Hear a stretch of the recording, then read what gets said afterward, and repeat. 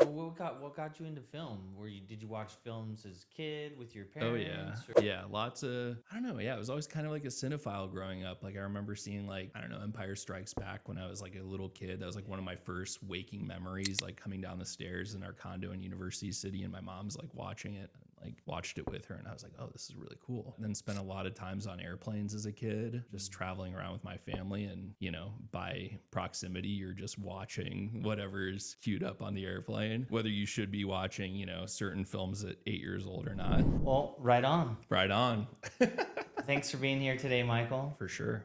Yeah, man, and had a lot of fun golfing. Yep. The other week. Oh yeah. Really enjoyed it. Yeah, me too. You got a great swing. I got a new driver. Did you? I'm excited. That's awesome. Yeah. Yeah.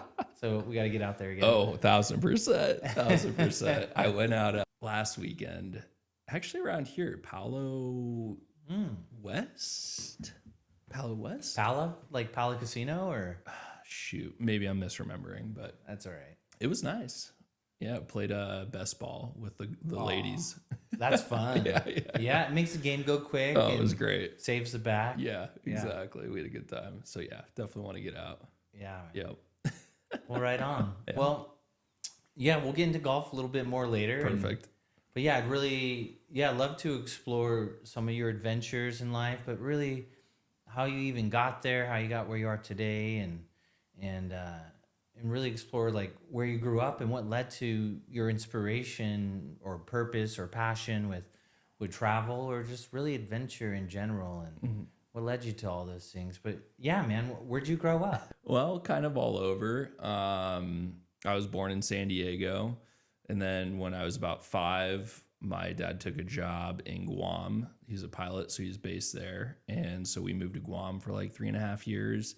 And then in like winter of 98, typhoon destroyed the island right around Christmas. And we like pretty much everybody on our dirt roads house was destroyed. Ours luckily stayed, but then we didn't have water and power for a couple months and we were like basically camping out and then rats started eating through the walls of the house. And like, that was the second time my folks had lived there. And so they're kind of like over it at that point going, okay, well, maybe we go somewhere else. And it was between Houston or Cleveland because it was with Continental Airlines.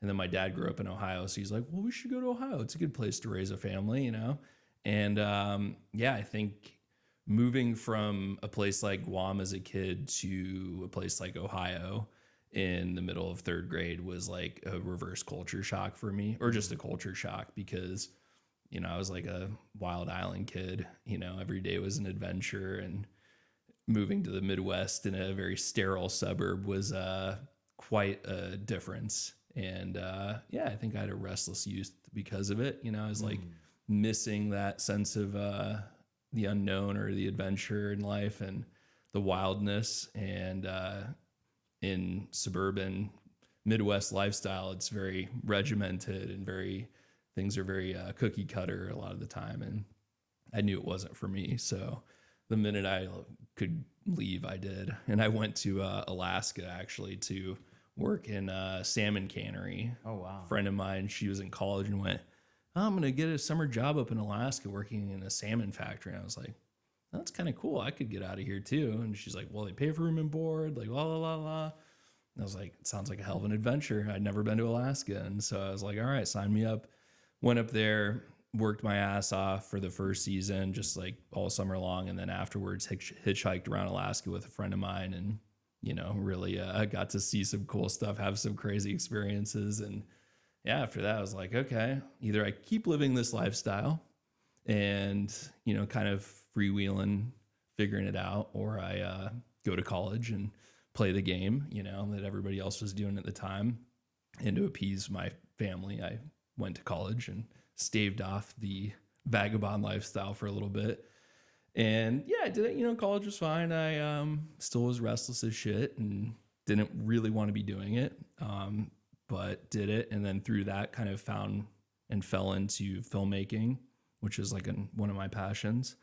And then moved to LA the minute I graduated college in 2014 and was there for about almost 11 years.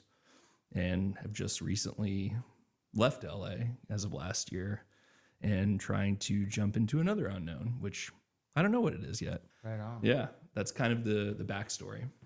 Yeah. What did you study in college then? Like, I mean, technically, my major was integrated media, and I minored in film, but I basically studied the filmmaking process and filmmaking theory. Yeah, but I didn't learn a lot in class. I learned way more with like my peers just making films every weekend. Like I would crew on somebody's film, they'd crew on mine. You know, like we were all kind of in this a youthful collectivist filmmaker mentality back then, which was really cool and fun. right on. Yeah, so not as much partying at that point in my college career, just like constant work, constantly trying to create. And was there a specific type of content you were drawn to, or filmmaking, or genre, or? I don't, maybe back then, more kind of like naturalistic filmmaking styles, like, yeah, almost like, you know, watching a documentary, but you're still watching a narrative film, fiction film.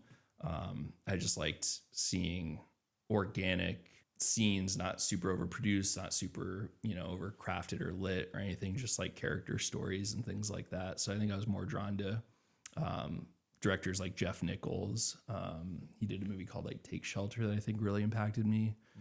And yeah, it felt very organic. And I was like, oh, that's a cool process. And I applied that to my own kind of thesis short film that I made.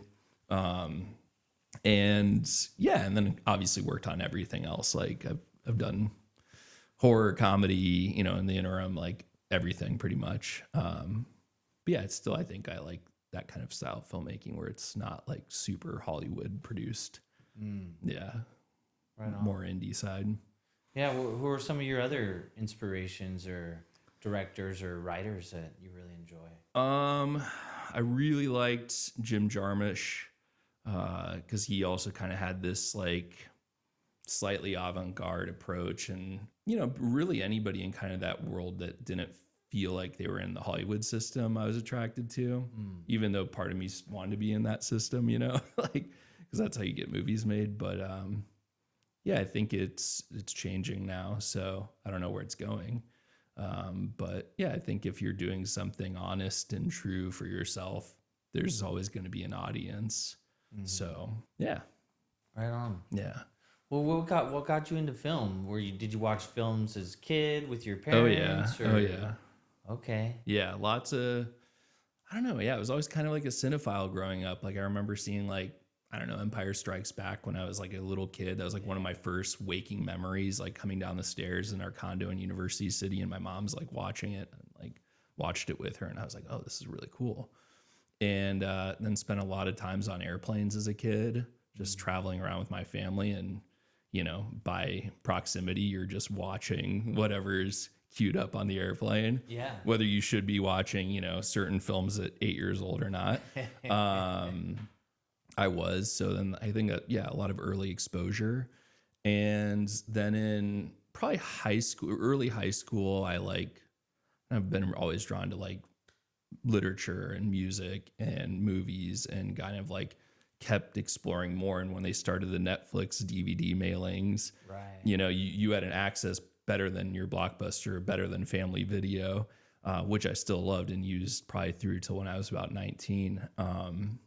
But then with Netflix, you could like hear about a movie or read about a movie and like get it more easily and like watch kind of more international films. And I kind of expanded my, exposure, I guess.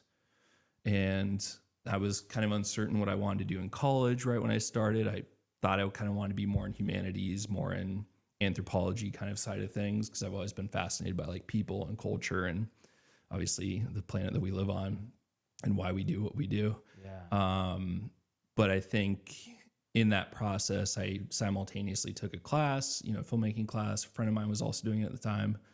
And I was like, oh, this kind of makes sense. Like I shot skateboard videos on a VHS cam, you know, as a kid of my friends and us, and made little stupid movies like back in the woods with them. And I was like, I kind of already was doing this as a kid and I really liked it. I liked playing make-believe.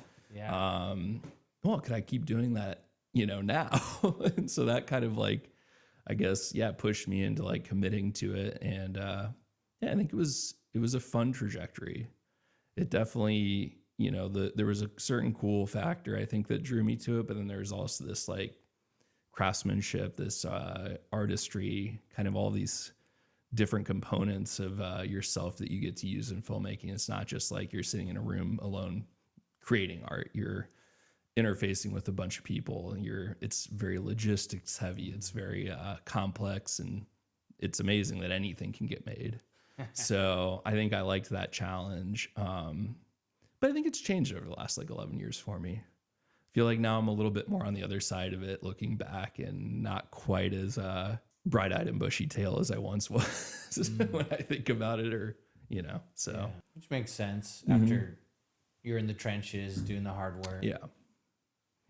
Yeah. And now it's, if it's a good project, really it's about, for me, like, I mean, if it's a cool project, that's great, but it's like, who are you working with, right? You're spending all of your time with these people, anywhere from a minimum of 12 hours a day upwards to like 16 hours a day for weeks. Right. And yeah, the people make a big difference, right? If it's kind of friends or a healthy work environment together, I think that goes a long way. And you want to show up for work. You want to kind of support each other, and you want to make something good collectively. So yeah, that's what I look for now, is like working with good people. Right on. And like, how do you even suss that out or filter that out when you want to work on a project? How do you find that you just through word of mouth? Have you worked with people? They go, okay, that's a good team to work with. How do you know when you find like that winning team that's going to make a really great piece of art? It's a good question. Yeah, I think it's just like usually word of mouth, or like you work with one person or a few people. And like now that I'm kind of on like the production, managing side of thing, like I'm the one putting these projects a lot of the time together and hiring crew and hiring the people that we'll be working with. So I try and like, remember who I enjoyed working with, who I didn't enjoy working with. And you try and assemble, a cohesive group that, you can get through a project on and not want to kill each other. So, because there's a lot of ego involved with all of this, right? Like it's funny because like a lot of people show up, and they punch the time card, and like they kind of treat it just as like any other job, and they survive pretty well in the industry with that mentality. Yeah. And then others kind of have this like artistry mentality that can be great for creation, but not always great for working and collaborating with others.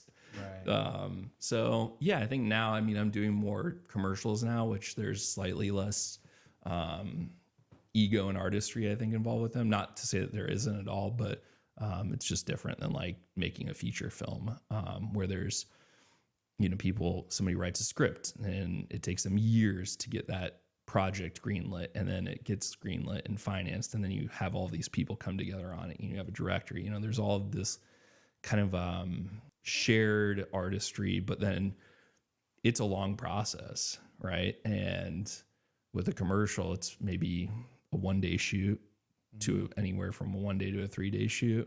So you're in and out, it's very quick and efficient. And the long form kind of narrative feature side of things is a little bit more intense and a little bit more nuanced, I would say. And you have to navigate personalities and egos and expectations constantly throughout the process, because everybody's coming to it with a different expectation or reality themselves. So for sure, it's tricky. Yeah. And I can see the pros and cons of films versus commercials. Like film is nice because if you have a great team. Yeah. If you have a great team and a project you believe in, right, it's magical. You have a great story, great script. Like, oh yeah, people are going to really love this. Yeah. Or then you're like, oh fuck, I'm stuck here. This dude's an asshole. Which I've been on more projects like that than the former. So that's a difficulty then. Yeah. So there's like a gem where, okay, wow, this is once in a blue moon. Yeah. Versus where the majority of the time, more than 51% of the time, it sucks. You're pounding rocks. Yeah, totally. Okay. You're like, what else could I be doing with my life instead of, getting in a fight with a harebrained director, making a low rent horror movie, you know, like, yeah, it's tough, but I think what keeps you coming back is this hope and this notion that maybe one day you'll make something and go, that felt pretty good. I don't think in terms of like legacy or anything, because I've never done anything substantial enough to care about my own legacy in my mind. But I think you just like, to look back and go, oh yeah, that was a pretty good project and I worked with good people and it went really smoothly. Yeah. And you can be proud of that. But most of the time it's like, all right, let's just get this fucker done. Yeah. Let's get it in the can and go see what's next. Yeah. Yeah. Well, what helps you get through those challenging times? Like, what helps you be hopeful for the future? Like, okay, this project is a bear. Yeah. I just want to get through it. And, you're still in the field, still in the industry. You pivoted a little bit. Yeah. And what keeps that sense of inspiration or hope there for you to stay in that industry? I mean, it used to be kind of inertia, I feel like. I think that when I was a little bit younger and working quite a lot, it was this sense of, being busy, right? And that was a good way of kind of ignoring myself. And there's a sense of like achievement, right? Like each project that's completed, it's like, okay, we did that. I at least did that. And you hope that with each project you learn something and, through any mistakes, you never do them again. Kind of, it's like all growth. I feel like you learn something on every single project. I still do this day. If I keep getting to do it, if I'm lucky, I'll be learning until whenever I can't do it anymore.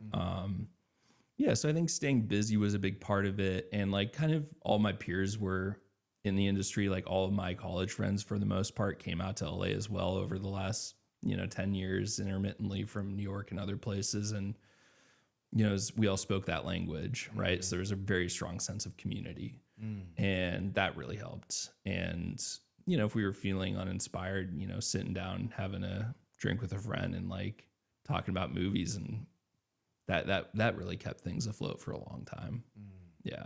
So staying inspired by each other, the community, that fellowship, and I guess the idea of there's opportunity. I mean, there are a lot of great filmmakers, great writers out there.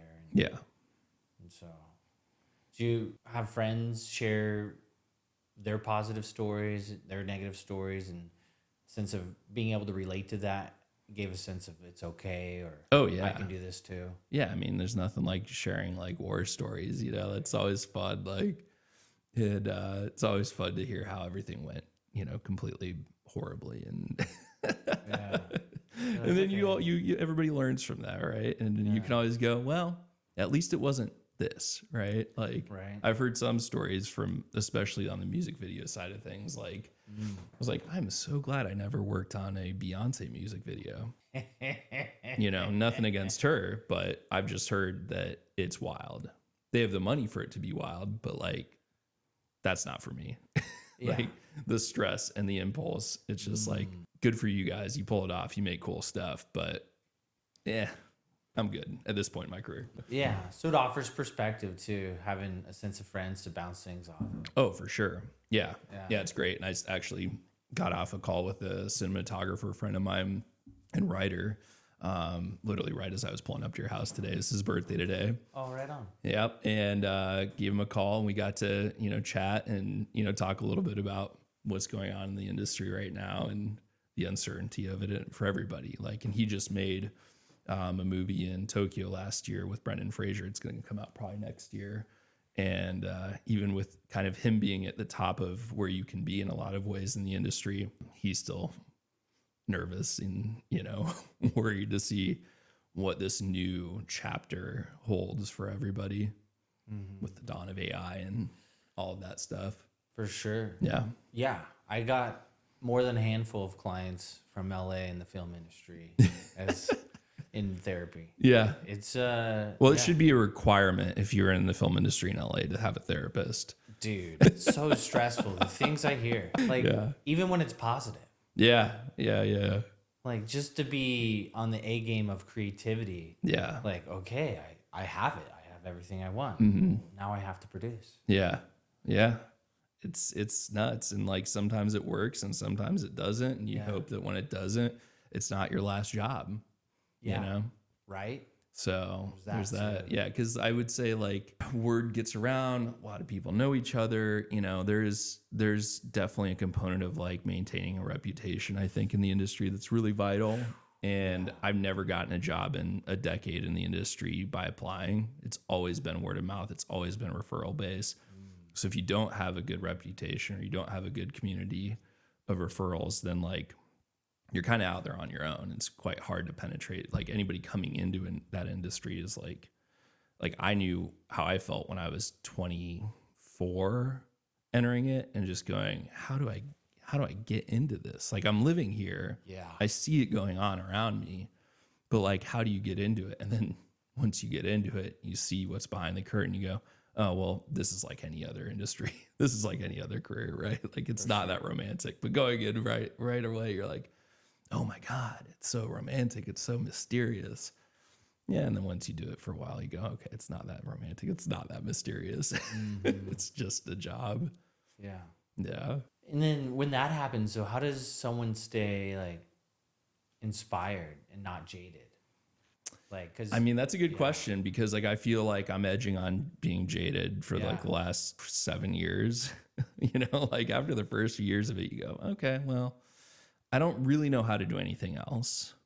I still do like doing this, but it just feels different, right? Your approach is different. Yeah. But there's still that like youthful, lingering voice in the back of your head going, but what if, you know, what if you just keep doing it? And what if you make a project or you make a movie and you go, that was it, right? It's kind of this like, it's a little carrot dangling in your subconscious, I think, that keeps me going back to it.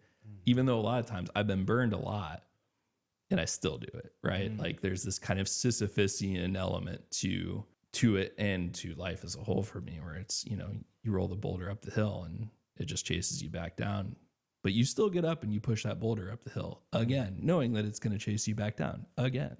So yeah, I think that's the kind of beautiful irony of it.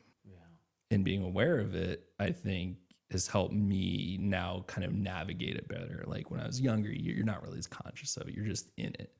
And now I'm kind of slightly step back. I'm not even living in LA now. I'm living in San Diego. So that helps a lot too. Yeah. Yeah. And I have other interests. Like I finally rediscovered, you know, I think starting in about 2019, like my affinity for the outdoors and starting to escape LA, you know, because like, if I had any free time. I like that movie. Yeah, it's a great movie. Oh yeah, gotta love some John Carpenter. Yeah, I just think that like my 20s were so consumed with like the notion of the industry, of what you need to do, and like kind of being constantly around, being constantly social, networking, and like all of it maybe leading to somewhere, but then you have no time left for yourself, really. So I spent most of my, if not all of my 20s kind of consumed by that and distracted and busy enough with all of that to not worry too much about the rest of myself. But then it really kicked off in COVID because one day we show up to work and they go, everybody's going home. And I'm in the middle of a series and we closed the production offices. Thank God the props department gave us a fair share of the booze that they were holding in the closet for the props of the show. A little free Cristal never hurts a pandemic start. That's a solid team. That's a good team That was a good team. Yeah. But yeah, I think that summer, right? Like 2020, summer of 2020, it really was like, well, now that I don't have this thing that I've had for the last decade that really filled in my purpose, what the hell am I going to do? What if it doesn't come back? You know, there's all of this uncertainty in that period. And I was just like, screw it. I'm going to do the one thing that I know I can do that doesn't cost that much money and that gets me out of the city and into nature. And that was hiking and backpacking and camping and like all this stuff where I was just like, well, this seems like a perfect time to do this and try this out and give it a proper go because I really don't want to be in the city right now. Yeah. Yeah, there's nothing to do. Yeah, there's nothing to do. And so, yeah, it was a huge rediscovery of like my affinity for the outdoors. And yeah, I think just like trying something new and pushing myself in a way that I hadn't really pushed myself before. And I kind of just did it out of my own necessity in that period. But then as things kind of returned to normal and we got back to work, I was still like at work just thinking about, okay, what's my next adventure? Like, what am I going to go after next? Like, I don't want to, like, I'm going to work this job, but like the minute I'm done with this job, I'm getting out of town and I'm going somewhere and I'm going to have an adventure because I didn't have many adventures. You know, I grew up having a lot of amazing adventures and traveling the world with my family and like got very lucky and blessed with that. But then I spent a big chunk of my life not getting any of that. And I think it didn't aid what really speaks to me. And that is exploring the unknown, you know, and exploring this planet and seeing different cultures and trying different food and meeting different people and seeing a beautiful vista for the first time. Yeah. So I think that drove me, that became my new priority. And I made that a big priority up until this year. Yeah. So for like, yeah, I guess like 4 solid years, it was just like, what's the next adventure, you know? And sure, there's an element of staying busy with that, right? Too, right? Like idle hands are the devil's work, and being out in nature and moving your body and connecting with your body and connecting with the outdoors, like you kind of forget about all the bullshit. It's just you and the elements, and it's very reduced. It's very simple. There's not a lot of nuance out there, right? Like it's pretty straightforward. In the city, a lot more nuance, a lot of shit going on.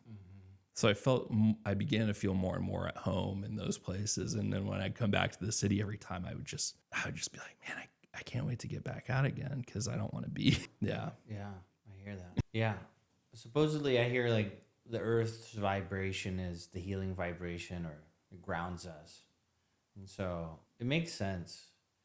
And even my medical doctor, he was like saying 2 to 3 hours a week of direct contact with nature in order to have baseline mental health. I was like, I could see that. I'm going to use that. Yeah, I could see that.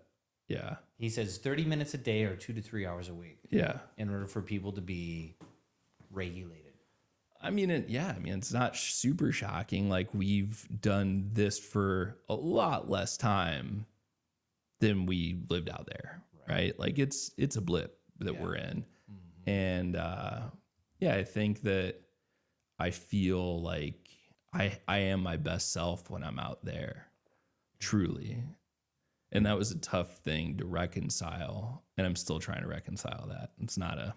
There's no magic pill, like beyond just being like, you know, some sort of like hobo in the woods kind of thing, which I'm not super keen on just yet. Yeah. I like bidets. Yeah. Yeah. I mean, toilet paper, I'll do it, but I do have a trail bidet. Wow. Yeah. So it's Brondell makes it, and it's like this squeeze silicone bottle that you fill with water, and there's an attachment head with a nozzle that sprays, and you use that on trail, so you don't have to carry toilet paper. It's more eco-friendly. Wow. And it does the job much better. And you don't have to pack out your own shitty toilet paper shit in a fucking Ziploc bag. So that is nice. That is nice. Yeah. I need one of those. Yeah. I'm all about the trail bidet. Trail bidet. Oh, yeah. Okay. Yeah. Yeah. It's a good time. I'm like, bidets are just so civilized. Yeah. It's like, really? I got to wipe? I know. I really... I mean, I got very used to it, especially in 2023 when I was traveling a lot in Asia, and like a lot of countries have I call it the butt gun, where it's just like a hose coming off the toilet, and it's just like a spray nozzle you put down there and just. But then some of them you got to test them first, Right? Because the water pressure on some of them, you're like, that PSI is going to strip me clean from the inside out. Right. I'm gonna have to go to the hospital. Oh man. You know, I don't want to go to I don't want to have a rectal exam in the middle of like Hoi An, Vietnam. No way. I'm good. It's like a free enema. Yeah. So you got to be careful. You got to test them out first. You got to gauge it. This is good information. Yeah. You want just enough. Yeah. But not Mine has too a dial on it. That's nice. Yeah. And I've learned that I don't like to go past 50%. I have gone past and I'm like, oh, that's uncomfortable. Getting levitated off the toilet. I mean, yeah, it's a real thing. Yeah. Right on. Yeah. Well, let me get you another one, or are you good? Yeah. Yeah. I'll Perfect. happily say yes to another please. beer. Oh yeah, there's plenty. Pacifico. Hey, might get that product sponsorship. Ideally, someday. There we go. I got my own lime trees. Limes are growing. Oh man. Oh, that does sound good. Nothing like Pacifico too in a pool on a hot day. Oh yeah, I had one. That used to be probably my go-to beer for a long time. Oh, yeah? Yeah, so it's nice. I haven't had one in forever. Yeah, Manny loves them, so I like to keep them on hand. There we go. Well, another reason to like Mr. Manny. That's right. He's got good taste, that guy. My cousin got me into the Modelo.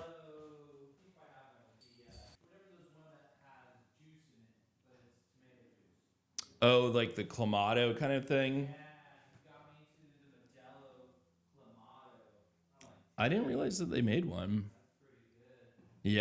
Yeah, like yeah, on occasion a michelada. I don't know what it is. The only time I really ever order a michelada is at a baseball game in Southern California, right? Like if you're at Dodger Stadium or something, it just feels right.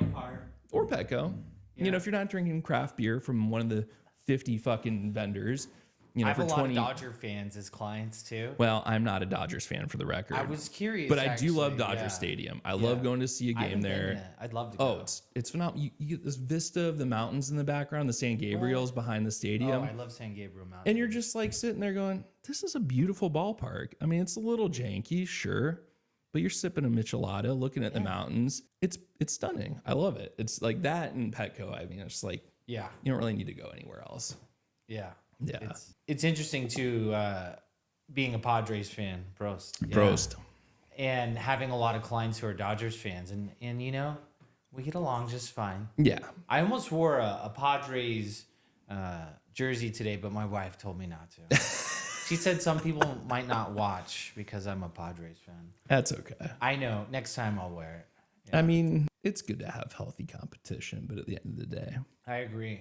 it's just a little sport. It you is know? fun. It is healthy. When it can be healthy and fun, Yeah. not serious. Yeah, exactly. Just go out there, eat a hot dog, Yeah, drink a beer, that's right. enjoy watching these guys play this like Civil War a sport. Yeah. Cool. Good pastime. That's right. That's right. My favorite thing to have that's nostalgic for me Mm-hmm. is like garlic fries at the park. But now they even add steak to them. Ooh, that sounds good. Oh, I'm like, Yeah, that sounds really good. yeah. So that's super nostalgic for me. 'Cause Yeah. there used to be Jack Murphy Stadium. As a Oh kid. yeah, I remember going to Jack Murphy as a kid. Yeah. Yep. And so that's what sends me back Yeah. to my youth. And when you said Empire Strikes Back, that really resonated with me too. Oh really? I got my appendix out when I was a little kid, Oh shit. and they were playing Star Wars series on TV. Perfect. And Indiana Jones. Oh, and so, my other favorite. right. Yep. So I got to see all the Star Wars episodes. With Strikes Back, Return of the Jedi, Yeah. New Hope. Yeah. Oh yeah. And then Crusaders of the Lost Ark. I loved it, and so it's interesting. Like that's what got me into film first as a kid. Yeah. And I had my appendix out, and so now the nostalgia of those films for me is a lot of hope, redemption, Yeah. and sometimes we're fucked. Yeah.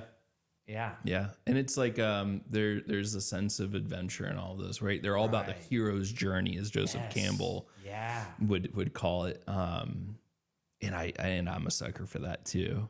I think I always like wanted to have those kinds of adventures after seeing it subconsciously going, oh, you know, I don't think of myself as a hero, but you know, the journey, I adore the journey. And I've realized over time, the more journeys I've taken, the more I'm just like, you know, getting to the top of the mountain, getting where, you know, whatever the end goal is, it's never as good.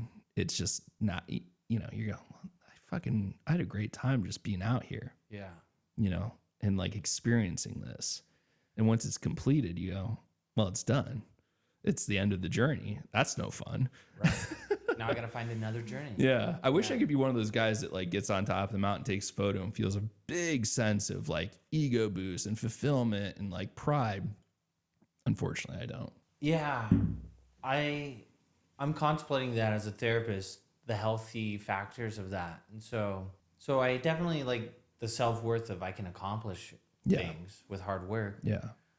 However, the idea is I want to celebrate myself. This is one of the hardest things for me to teach clients, actually, is how do I celebrate myself? How do I celebrate getting to the top of the mountain and be like, yeah, I did this. And then at the same time, I want to celebrate myself and not compare myself to anybody else. Right. Like, I did this faster, or I did this in more inclement weather, or no, I did this thing. I did the hard work. Yeah. I'm grateful. Yeah. And right on. Yeah. Okay. Yeah. I think going with that, like I've been in a few sticky situations, obviously, in the outdoors. And then like each one, it feels a little less nerve-wracking, right? It's like exposure therapy or like exposure training where you're like, well, I've been through this shit already before. I can get through this. I can survive. Right. So I think that is a good motivator for me.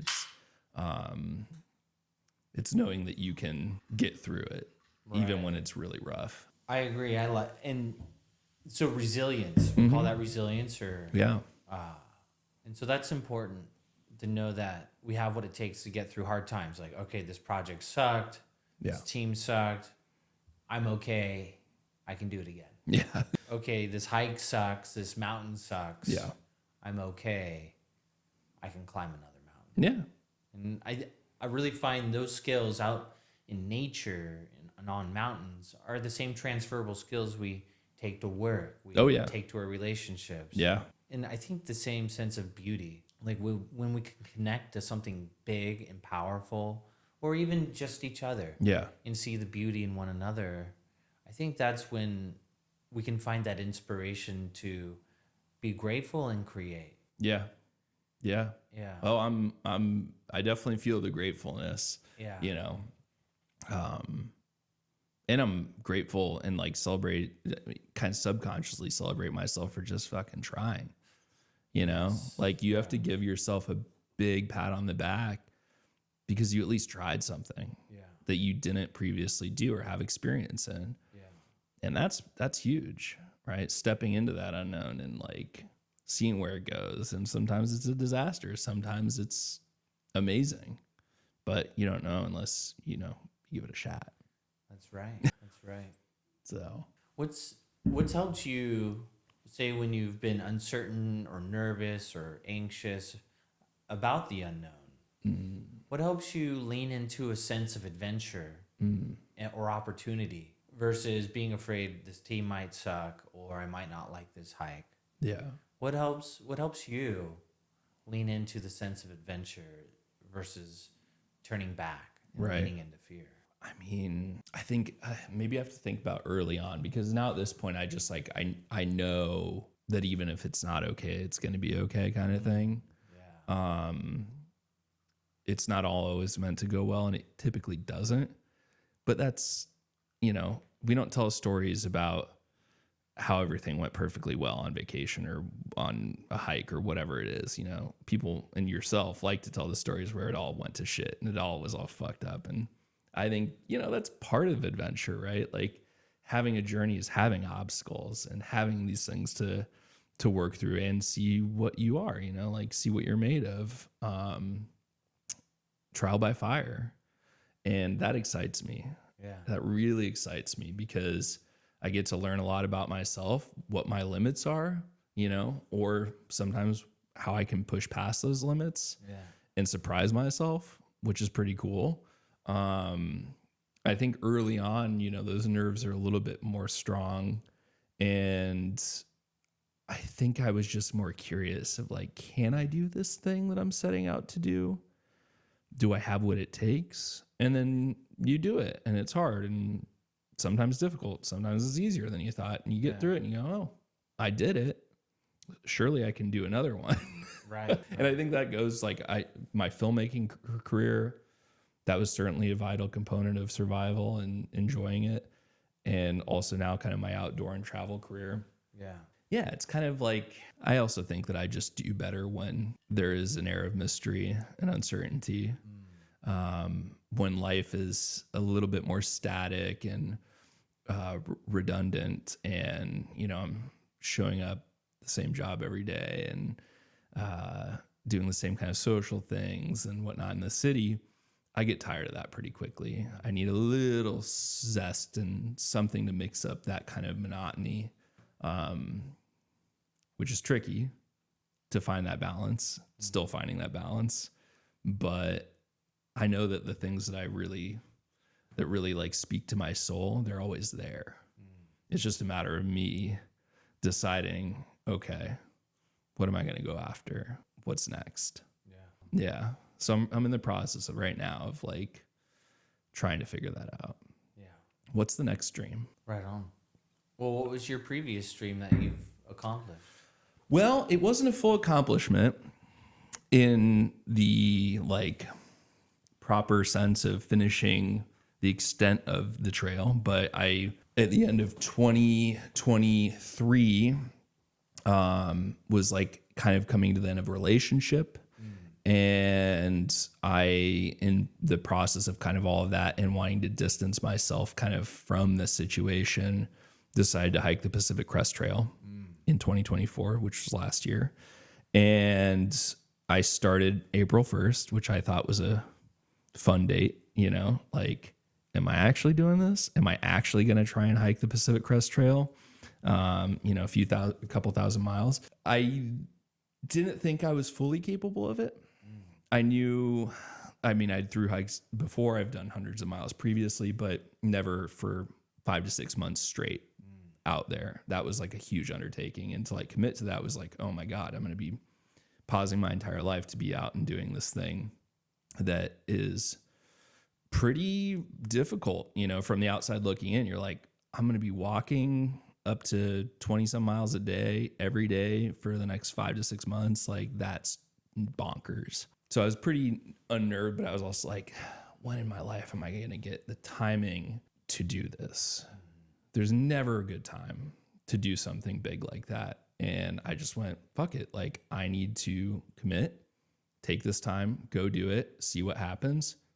I might fail in the first week. I was really quite scared of that. I was like, shit, can I just get out of like San Diego, get a couple days in? It's really nerve wracking, but I was like, but I need this, right? I need this kind of time out there to be with myself, see what I'm capable of in a long sense of it. Like, maybe the most I've done previously was like a couple weeks continuously out in the backcountry, but 5 to 6 months, you're like, oh, there's a lot to be learned from that. So daunting, scary, yes. But I knew I had the tools, right? I knew there wasn't anything I was going to witness out there that I hadn't already previously witnessed, for the most part. Of course, I was wrong, but that was what I was telling myself prior to starting the trail, to get my ass out there. Right. And yeah, I hiked from the border here in Campo, in San Diego, Mexican border, and immediately felt pretty good a few days in. Went, okay, I think I can do this fucker. Like, I was a little out of shape, don't get me wrong. Like, I didn't come into it tip top, my best. So there was a little bit of that. But after a few days, body adjusts, knees adjust. And you go, okay, I could do this. I'm loving life. And I was just on a high for about 4 months with some interruptions. And because of those interruptions, I had to get off trail. In the process of this whole thing, had broken up with who I was seeing at the time. They were out hiking on the Camino de Santiago. So they're on their own hiking adventure and sojourn. I was like, okay, that's done. That chapter's done. And kind of simultaneously also met somebody on trail, hiking. We connected on a very deep level and ended up hiking a lot of the trail together and had a really, really epic, magical time, right? Like, falling in love with someone and being in this wild, purely free setting was like pretty stellar. It was pretty stellar.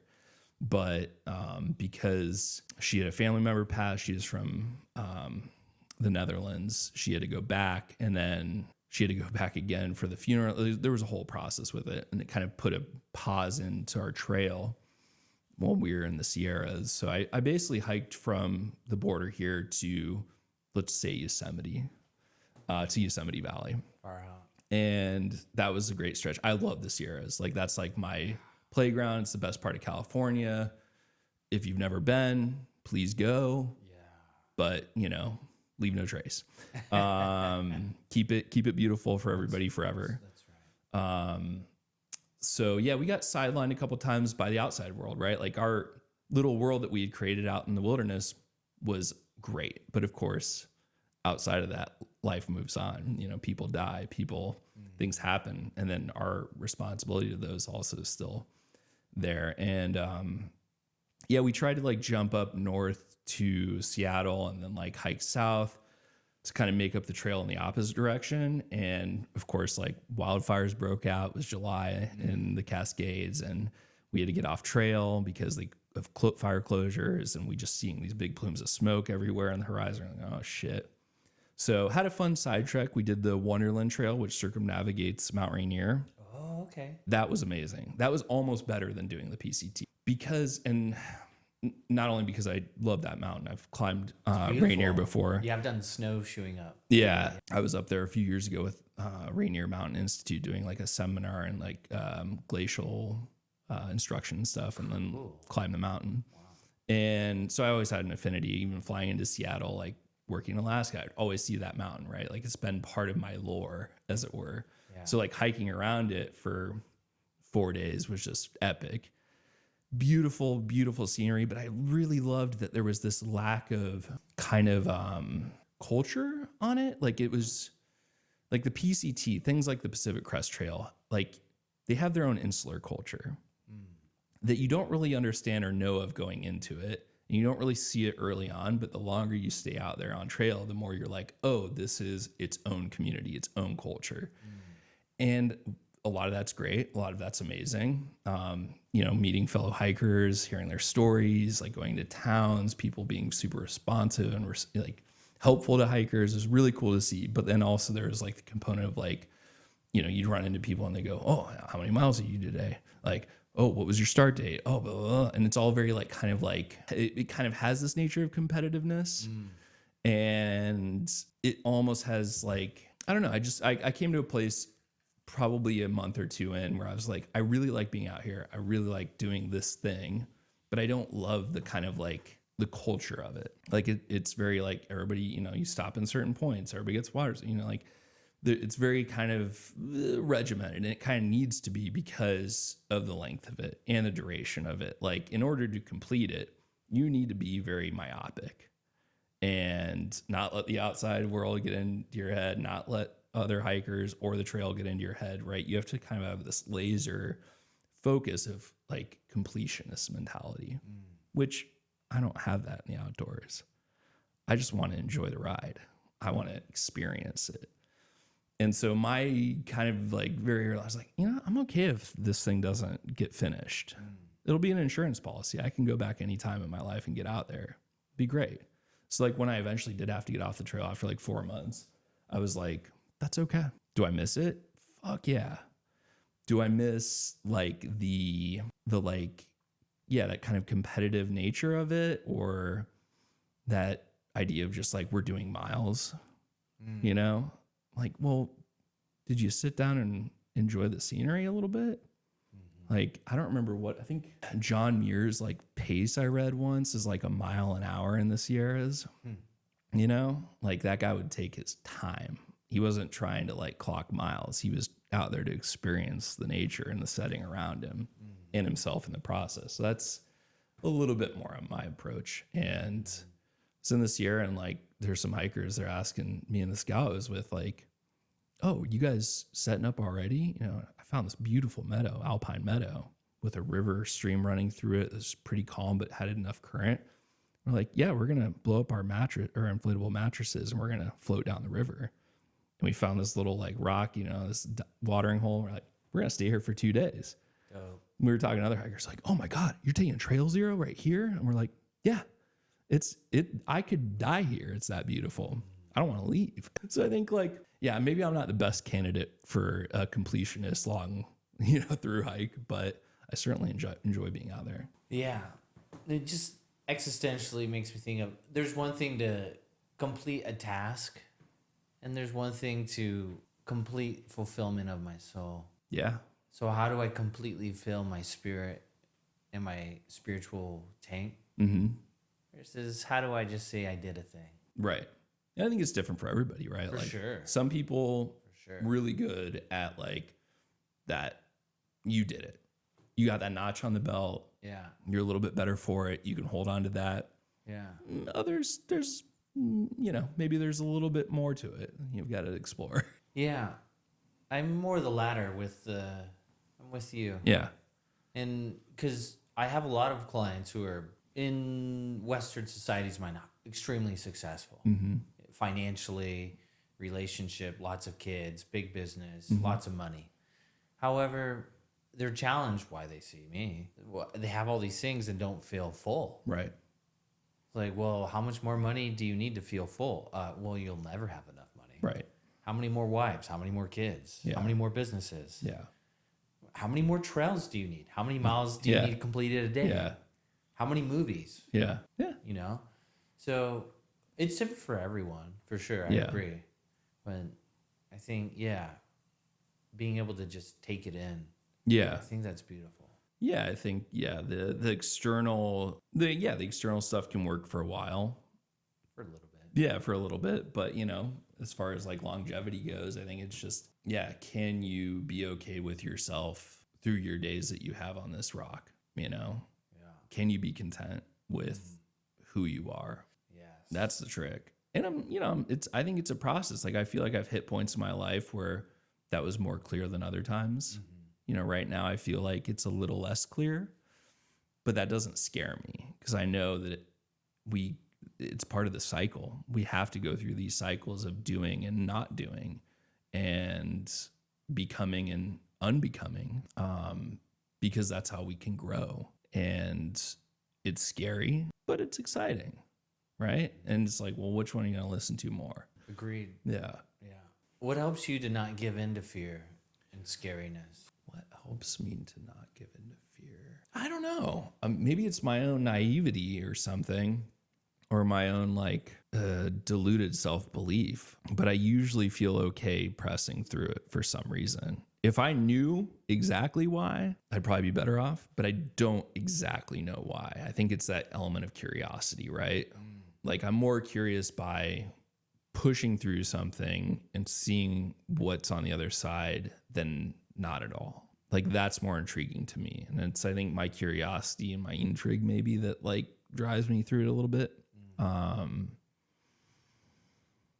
And now I feel like I've just done so much that I didn't really know or think I could do that I feel pretty good about all of it. Like, you can throw me into the shit. I'll be okay. Though I would like to find something, the next thing, right? That's kind of what I'm also mentioning is like, what's the next dream? What's the next adventure? What's the next journey to feel that sense of fear? Because right now, I don't have that. And I think I actually am drawn to it in a lot of ways. I would agree.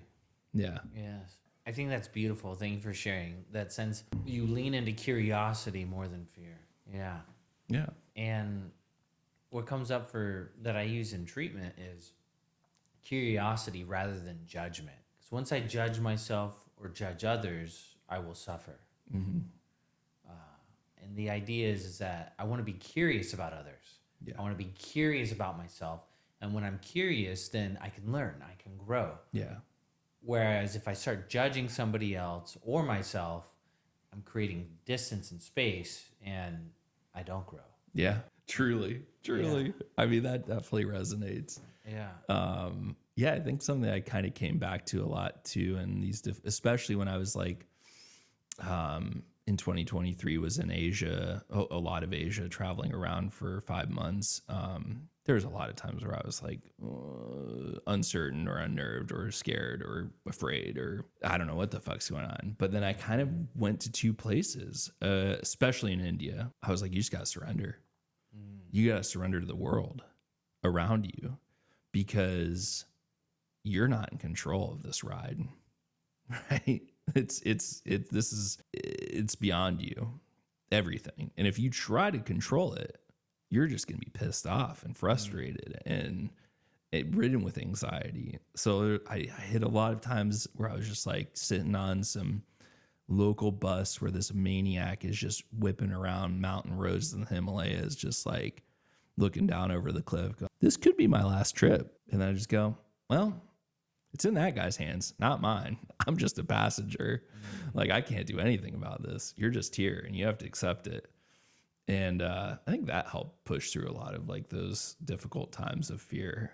Whereas this notion of surrender to others, to the world around you, to circumstance, and hopefully it plays in your favor.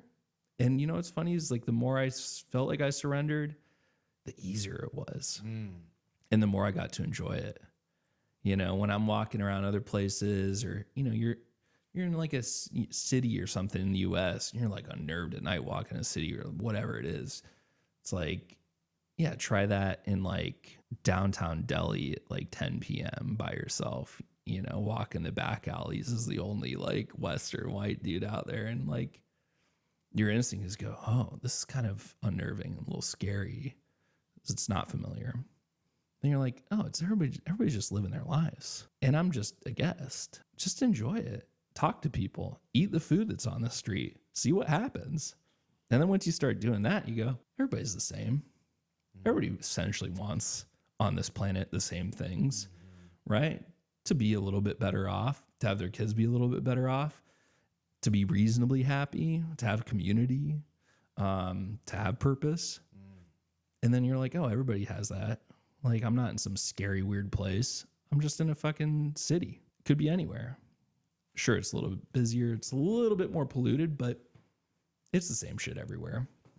And then I had a blast. Once I stopped resisting and bringing my own expectations and just accepted what was there, I had a lot of fun. Yeah. My traveling companion, not as much. Little more resistant, a little bit quicker to be frustrated, you know? You know, the 12-hour bus ride that's scheduled from Pokhara, Nepal to Kathmandu takes 18 hours. But that's just part of it, right? Like, you can't control any of that. That's right. So yeah, I think it's like relinquishing that control, that expectation, and enjoying the ride. Yeah. Yeah. Phenomenal. Love it. Yeah. Yeah. Expectations, attachments to outcomes lead to suffering. Yeah. Yeah. Big time. Big time. And I think a big, I don't know, mantra, maybe not mantra, but like something of the sort that I kind of kept coming back to a lot of the time in like my travels. Like, I felt like I just wanted to come at it from like a beginner's mind place. And when I kind of would refocus on that, like, I'm witnessing this all for the first time in my human experience. So I am a true beginner. Yeah. And that's amazing. Like, remember that, appreciate that. And yeah, I still appreciate it. Like, I got to do something I never thought I would really do, but I always wanted to do. And that was spend 5 months in wild places in Asia and South Asia. Like, it was wild. And yeah, I'm kind of stoked that I did that. For sure. Because you get to connect to that adventure, curiosity. Totally. The unknown. Yeah. Yeah. I think that's where the fear comes from, is the unknown. And once we connect to the unknown, we can experience gratitude and joy. Yeah. Yeah. And then there's like the sublime that comes right with it too. Like, you know, you could be just standing at a train stop in the middle of rural India and like watching the dust blow around and kids playing. And you're like, this is fucking beautiful. This is a moment I'm not going to get again. But in this moment, it's perfect. That's right. Yeah. Or on the mountain or anywhere. Like, you just take those moments and you go, man, I really am glad I'm here on this planet for a little bit. Yeah. Like, don't know how, don't know why, don't know if it matters, but it's sure fun. Yeah. Yeah. Yeah. I think that's when we're really present. Yeah. That's when we can see beauty. Yeah. When we're really in this moment, I can see the beauty of the dust and the kids playing. Yeah. But if I'm too scared or too afraid, then I can't connect to beauty. Yeah. You miss all of it. Yeah. Yeah. Which is so funny. Like, I think we all know that, Right. sort of, in like maybe a periphery sense. But then, like, once you actually start applying that to your own life, you're going, oh man, it's way more enjoyable in that space than the uncertainty, than the anxiety and the fear and all these things. You're just going, okay, I can actually look and see things clearly as they are instead of how I want them to be. Yeah. That is profound. Seeing things as they are Yeah. rather than how I want them to be. Yeah. Yeah. Yeah. That's the secret sauce. Oh, yeah. And it's easy to forget. I forget it all the time. Oh, for sure. I have to eat that sauce every day. Put it on the eggs, like Oh, stir it in your coffee. oh yeah. It's good for everything. There's nothing it's not. Yeah. Yeah. That's the trick, man. And I've known that for a long time. Like when I was younger, I studied a lot of different religions and philosophy and stuff. And I think there's a lot of like Zen Buddhism and things like that always kind of like really resonated for me. And it certainly always helps, but it's hard to like be consistent. Yes. I mean, with anything, right? Like if you're consistent with anything, it goes a long way. Yes. But yeah, just remembering like I'm only here for a little bit, and so is everybody else. It's all very impermanent, which can be scary and creates a lot of anxiety for a lot of people, right? Yes. Yeah. I've had it. But remembering like that's okay. We all this is the nature of existence. This happens to everybody. You live, you die. These things happen. And it's not that big of a deal. Yeah. It's just not that big of a deal. Yeah. Yeah. I think our egos like to tell us otherwise, but Yeah. Our egos don't want to die. no. Yeah. No. Yeah. I don't want to die. I want to live forever. But I mean, yeah. I definitely don't want to live forever because it would be awfully lonely. Well, if you live forever and I live forever, then we're not alone. Well, yeah, if you had somebody else that could live forever with you, Yeah. sure. But like, I like this analogy. An eternity in heaven eventually becomes hell, right? Like you could have something really good forever, but eventually, because you've had it forever, Yeah. it's not going to be good anymore. It's not going to be as enjoyable. And that's okay because that goes against the nature of being, Yes. right? Like you can't have anything forever. And that's okay. Agreed. Object impermanence. Yeah. Yes. Yeah. Yeah. And I agree that is the beauty of being human. Yeah. Is because the root of gratitude, I think, is impermanence. Yeah. And because we know I will die, like I need to treasure this. Yeah. I need Yeah. to be in this moment. I need to be here. I need to be now. Yeah. Because I might only have this experience once, twice, 5, Yeah. 10 times. Yeah. Yeah. Yeah. Oh, totally. Yeah.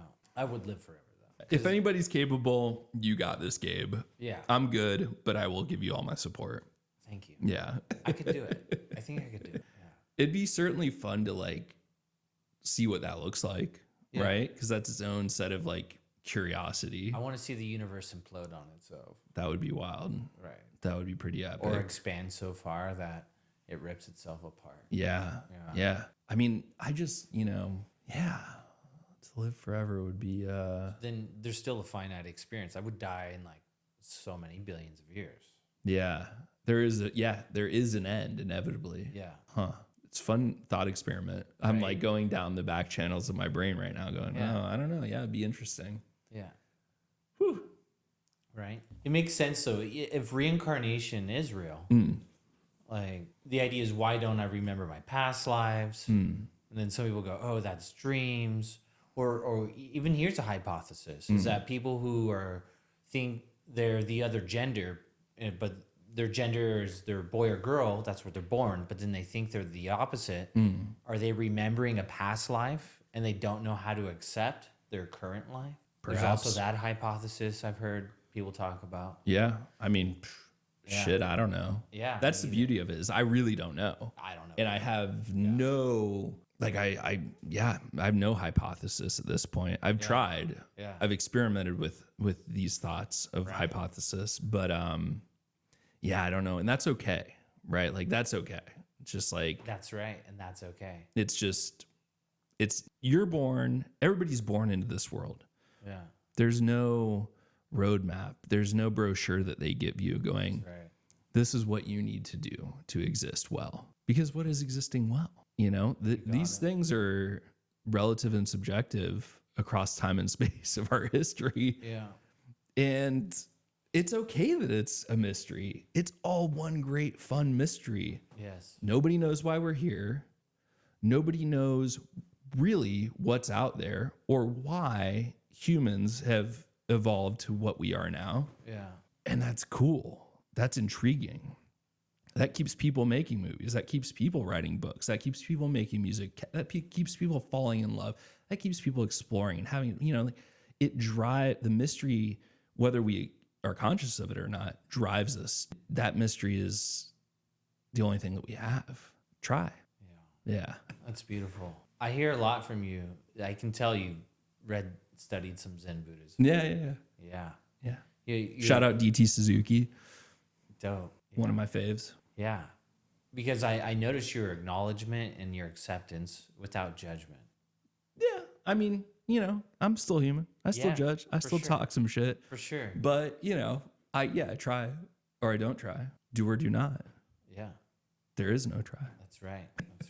And when I do fail, I learn from it. Yeah. And I get back up. Yeah. And sometimes you have to fail at the same thing a few times before it really sticks. Yeah. Like sometimes you got to touch that fire. Yeah. Some people touch it once and they go, oh, that was fucking hot. Not doing that again. Yeah. Some people just like to burn. Yeah. I think I'm right in the middle where I'm like, oh, let me touch it a few times, make sure it is hot. Yeah.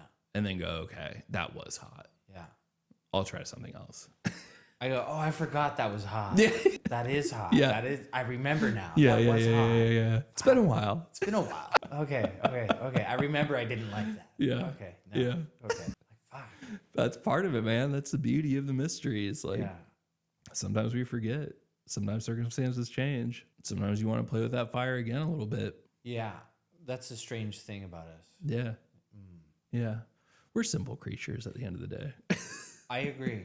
We're not overly complex. No. We overcomplicate ourselves. Oh, 1,000%. Yeah. 1,000%. And I feel like it's just getting more complicated. Like the longer humans are in existence, the more shit we have, the more advanced we become, the more confusing it gets. Agreed. Like up until probably 100 and let's just say 30 years ago, like in, peak industrial revolution's time, you knew exactly what your life was going to be. Because whatever your dad did or whatever, like the convenience of circumstance, family, things that you were born into were, that's what your life was. Yeah. There was no nuance to it. It was just like, you're going to be a blacksmith. That's right. You're going to have as many kids as possible because half of them are going to die in childbirth or within the first 5 years of living. Yeah. And that was your purpose. But now it's way more nuanced. I have no idea how we went from that to here in such a short amount of time. I mean, surely we all have guesses, but we're still the same humans. Like those humans are still the same humans we are. We just have way more volume of shit to deal with. External stimuli, choices, options, the fucking internet. Like all these things, like we've had so much access to information in the world now. I think it gets harder to be with ourselves, to find that purpose. Because there's so much noise around us. Agreed. And that's tricky, man. That's why when I strip it all away, I feel the best. Agreed. But do I always do that? No. Right. Are we living in San Diego, California? Yes. Am I getting on the Instagram reels? For sure. Like, am I checking Reddit? For sure. Do I like myself more after doing it? Fuck no. Do I feel smarter, more well-informed? Not really. Do I remember any of it? Barely. Like, we know it's bad for us. We know it's not fulfilling, but we all can't look away. We're still touching that flame, making sure it's hot. Yeah. And I think, and maybe this is a hypothesis, we will come to an impasse or a choice that we have to make kind of as a species and go, do we want to live plugged in or do we want to unplug? Because it's going to get so overwhelming. Yeah.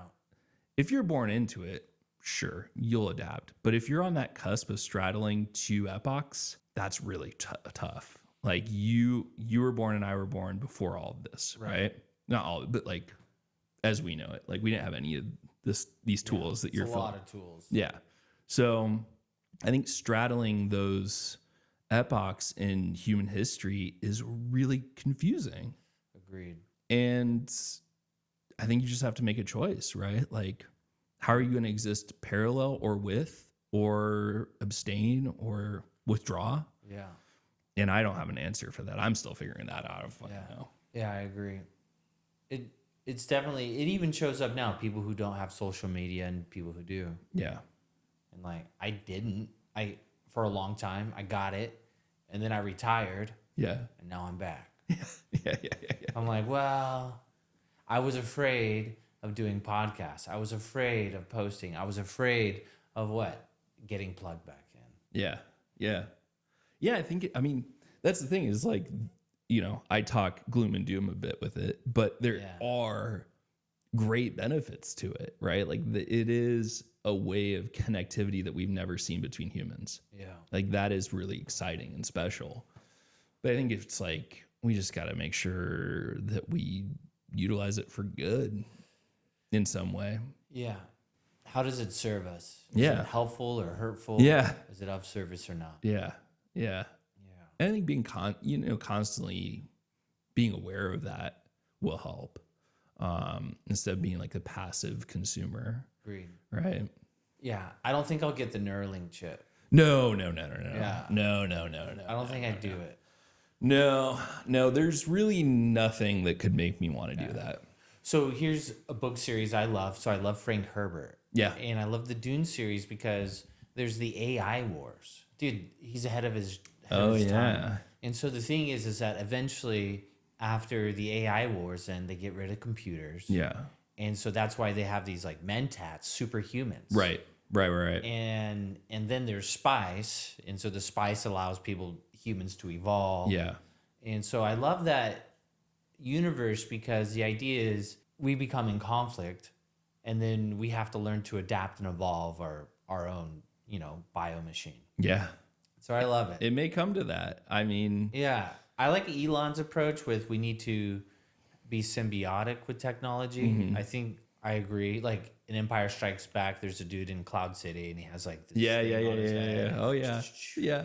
You know what I mean? Like it's great for security. Yeah. Let's get some drones out. Yeah. I don't know. Yeah. I don't want to be the guy. No, I don't want to be that guy for sure. He had very strong cuck energy. Yeah.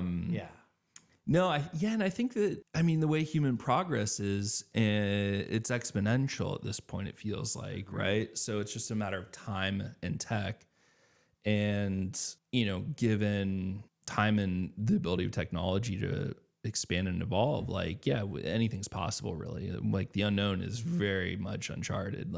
We'll see. But I think I'm a little bit more of a traditionalist, old school Homo sapien, even proto Homo sapien vibe. What does that even mean?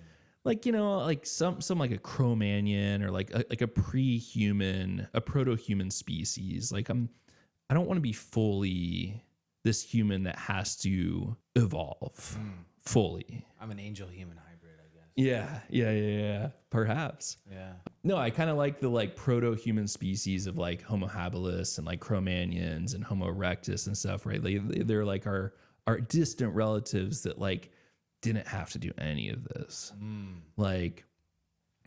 Eventually they got to cook some food and things started to change and they hung out in larger social structures and it took off. But in those old days, it was just pure sublime experience, not knowing what's over the other hill, go checking that out, looking for water, looking for sustenance. These base kind of animalistic necessities. If it's all stripped away, that's all it is. It's you gotta feed yourself, you gotta get some rest, and maybe some community. Yeah.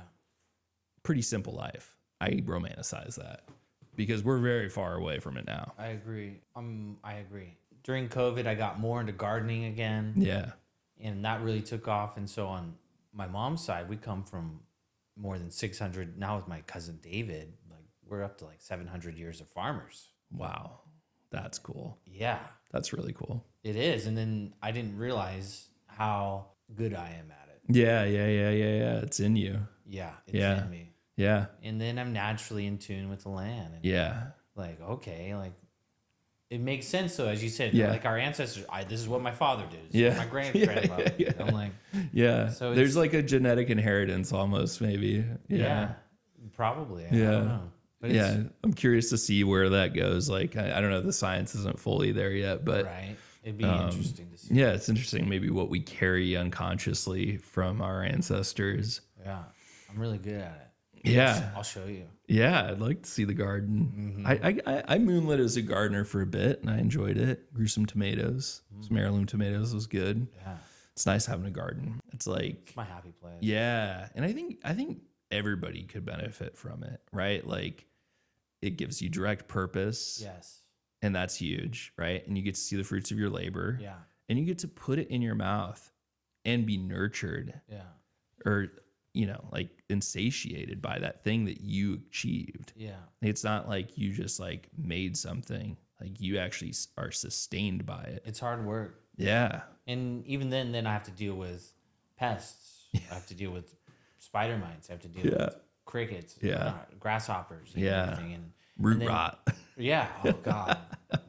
And then there's funguses and bacteria, helpful and hurtful. Yeah. And there's rabbits.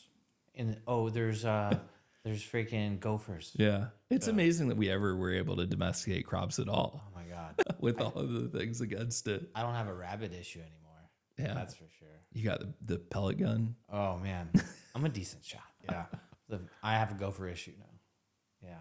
They'll always find a way. Oh my God. Don't worry. I have some gopher hawks in place. What's a gopher hawk? It's a new contraption. Instead of like the old traps, I had to like put it in, bury it, maybe put some bait in it.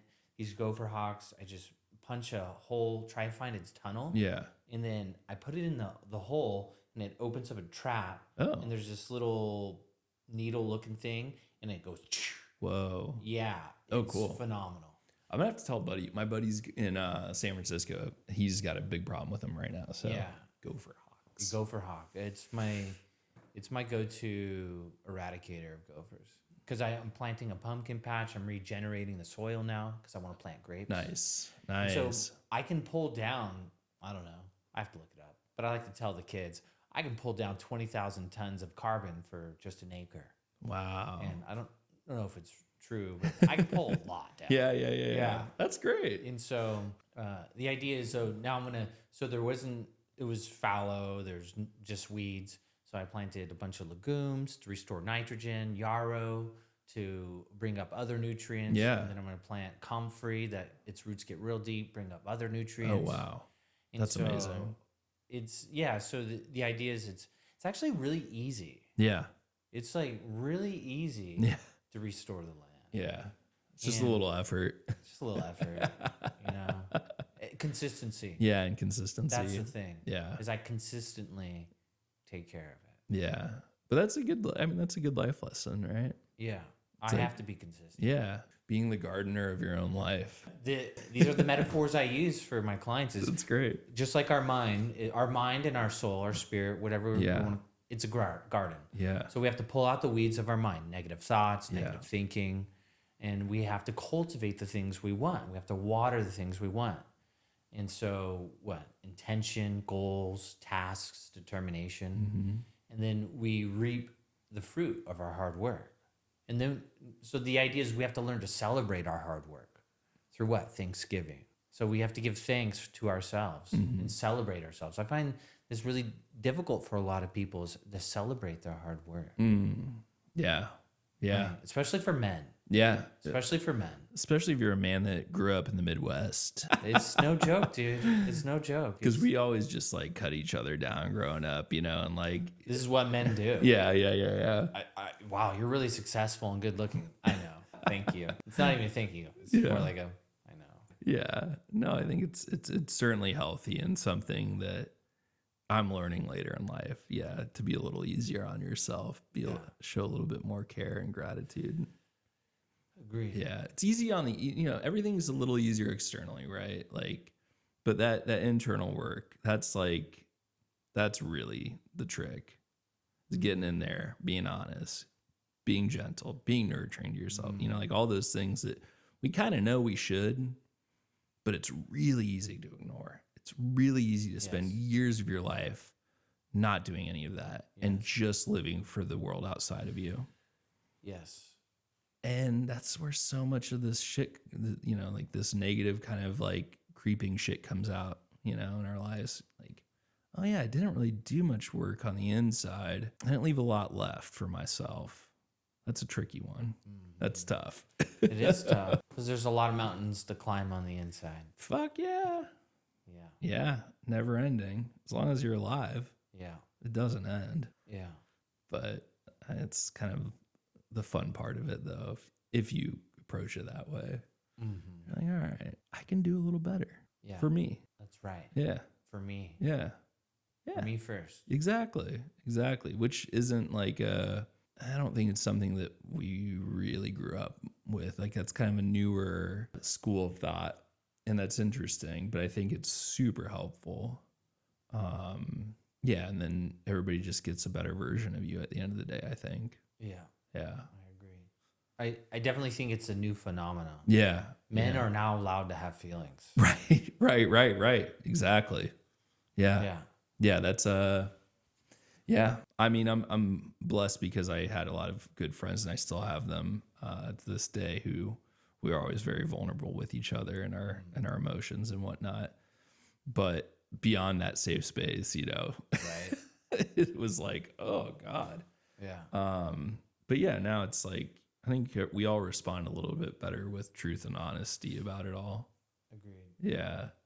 Knowing that we're not alone in it. Yeah. Yeah. I think that's what's beautiful, as you said, we're not alone, and really everyone around the world wants the same thing. And we're all just doing the best we can. And yeah. Sometimes I literally, if I'm having trouble going to sleep at night, I think about that.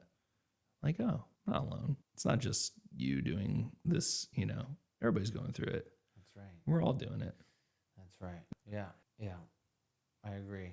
I think that thinking right there can really ground people into having hope and not giving up. Yeah. Just knowing that we aren't alone. Yeah. We can feel alone. Yeah. But really, there's more than 7 other billion people on this planet who have those same feelings. Yeah, for sure. For sure. We're all in it together. Yeah. Even though it feels like isolating sometimes or like you're on an island, you're really never not. Or you rarely are truly alone at an island. It's just that voice in your head. It's like, who you going to listen to? Right. Yeah. Well, I look forward to hearing about your next adventure. We'll see what, yeah. Yeah. I hope we can do this a year from now and then, see, we could compare and contrast. That would be fun. Yeah. Yeah. Have I devolved or have I evolved? Only time will tell. Yeah. Yeah. Well, we'll have to explore what strikes your curiosity then. Yeah. Yeah. The curiosity. Yeah. Thinking about it. Gestating. Yeah. Any ideas so far that sound interesting? Or? Some ideas, yeah, for sure. Yeah, some ideas. I don't think that I want to just like necessarily maybe travel for the sake of traveling just yet again. But yeah, there's a couple mountain projects in my mind that I want to go climb still, and a couple more trails that I'm curious about. But which one, right? There's a plethora of options, and yeah, I just got to kind of like figure out what feels the best or kind of what I think I need. Something with a healthy challenge, but something also to kind of like be a good buffer back into it. Cause I've kind of taken the last 6 months, like a little slow, but I kind of wanted to have like a consciously slow life right now. Cause I think I turned up that dial pretty high and I went, this is really great. This is really, this is ideal, but I'm like, that's not sustainable. Right? You can't constantly be hiking or climbing or traveling or whatever it is that like sparks joy for you. You have to be able to sit in the mundane, in those quiet times, in those not peak life experience times, and be okay with the placidity of it and go, this is okay. It's okay that I'm not doing anything right now. You have to give yourself permission to not do shit, especially when you're used to just like constantly like doing shit. So I'm relearning that right now, which has been really healthy. Difficult, yes, but I think healthy long-term. And that's why I'm kind of like not landing on anything just yet. I want to like give myself the time to just be doing not much and being okay with like not chasing or seeking. Yeah. Right on. Yeah. I think stillness is one of the most challenging things for humans. Oh yeah. Because when I am still, then I have to see myself as I am. Yeah. Yeah. Yeah. It's tough. And in this day and age, it's rare and rare, or more rare, you know, like, but yeah, it's good. It's good to be able to do. Yeah. Sometimes you don't always like what you find, but that's okay too. Yeah. Or you can find something you never saw. That too. That too. Yeah, definitely. Definitely. I've had a couple of those lately where I was like, oh, didn't know that was in me, but I'm glad it is. Yeah. You know? Yeah. Like hang out with my girlfriend's sister's kid lately. I'm just like, oh, I didn't really know that I really like, you know, kids. Not to say I didn't like kids, but I'm like, I get it now. And you very clearly reduce your own life when you're around them. You're going, oh, I get to see the world through a child's eyes, kind of, you know, the cliche thing, but it's true. That's cool. Yeah. And then you can apply that to your own life. Go, just be that child again. Yeah. I think this is one of the most difficult things in a Buddhist philosophy is the child's mind. And a lot of men I have to work with is learning how to have fun. Yeah. Great at achieving. Yeah. Not very good at having fun. Yeah. Just being present like a child. Yeah. It's tough. Yeah, it is tough.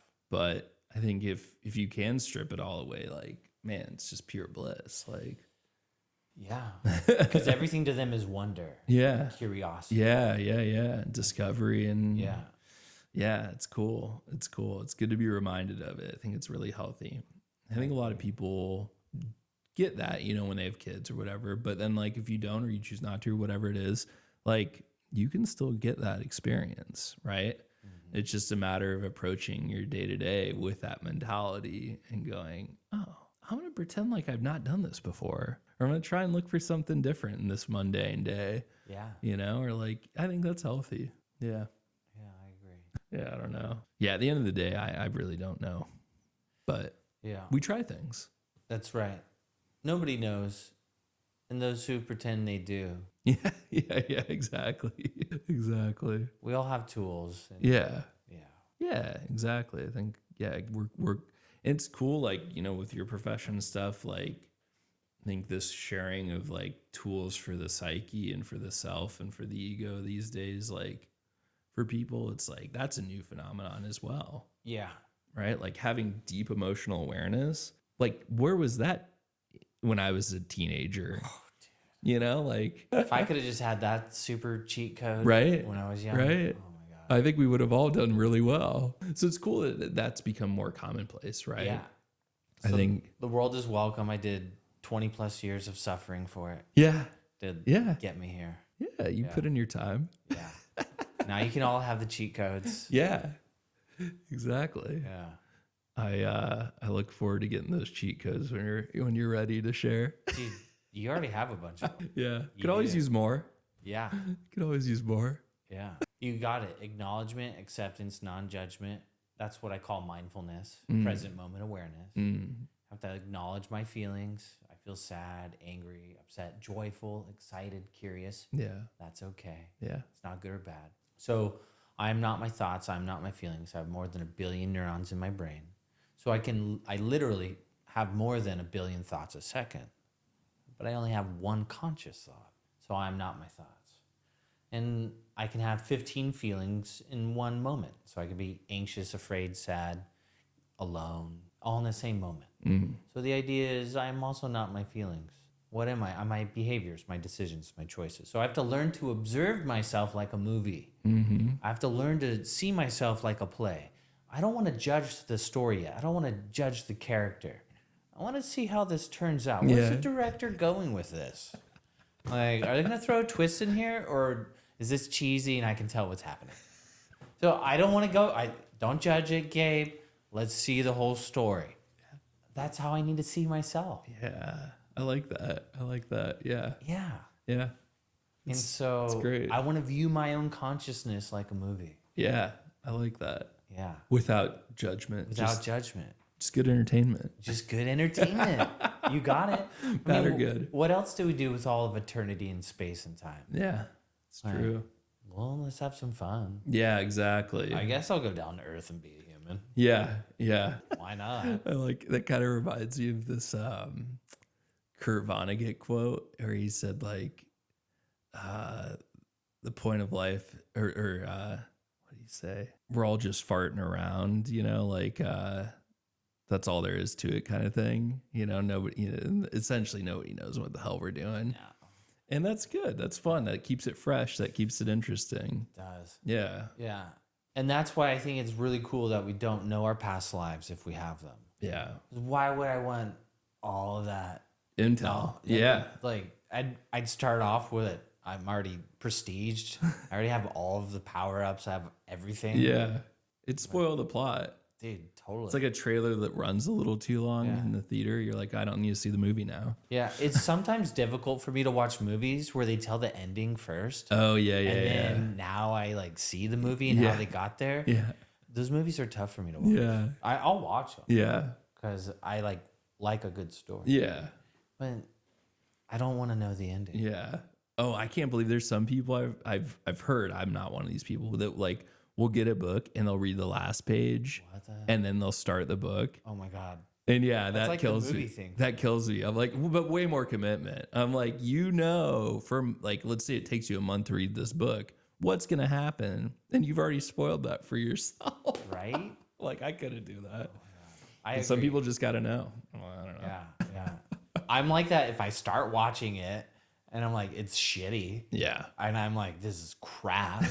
And I'm like, but I started. I'm committed. I gotta finish it. I gotta finish. I rarely turn off a movie, even if I don't like it. It's just like, well, we'll see where it goes. Yeah. Maybe they'll win me back. Right? My wife, she's just like, you're not enjoying this. I know, but I'm committed. Yeah. He might redeem himself. Yeah. I don't know. Who knows? Yeah. That's part of the fun, though. It is. Yeah. Right on. Cool, man. Well, thanks for coming today, Michael. Yeah. Of course. Yeah. I appreciate Thanks for your having time. me, Gabe. Oh, dude, my pleasure. It's awesome. Yeah. It's good to like be able to have a space to just talk about life. Yeah. You know, Agreed. it's rare and rare. Agreed. Yeah. Yeah. Yeah. And it's not like we do this on the golf course or something. No, Too no. focused on the golf. The golf and the shit talk, you know. Yeah. No, it's good to sit down and reflect. Yeah. Yeah. Yeah, man. Rest of my day is going to be smooth sailing now. Right? You're like, oh, I had to remember the hard times and the good times. Yeah, exactly. It was great. Agreed. But yeah, man, let's go golfing again soon. Yeah. I'd like And I look forward to reading your book whenever it comes out. Oh, thank you. Yeah. Yeah. Yeah. I'm working on a book and it's called The Science of Anxiety. And it will be out probably when I start releasing these videos. And it's the same thing. Why do we become anxious? Fear, uncertainty exists in the future. Peace, joy, serenity, curiosity, adventure, fun, pleasure exists in the present. Guilt, shame, blame, anger, resentments, judgments exist in the past.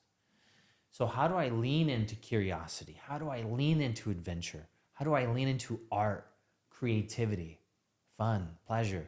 That's right now. Yeah. And so, yeah, I break it down. I'm using the science of human biology. Now we're in an era where, okay, this part of the brain does this. Okay, this is how the central nervous system forms. Okay, this is how we rewire it. Okay, this is how we reprogram our brain, our body. For what? For fun, for joy. And it doesn't mean that even with this knowledge that I don't feel pain. It just means that now I know how to tolerate it. And so yeah, thank you. Yeah. Hell so yeah. That'll be coming out. Oh, I can't wait. Yeah. That sounds great. You'll get a copy. Oh, hell yeah. Signed copy. Yeah. Yeah. Yeah.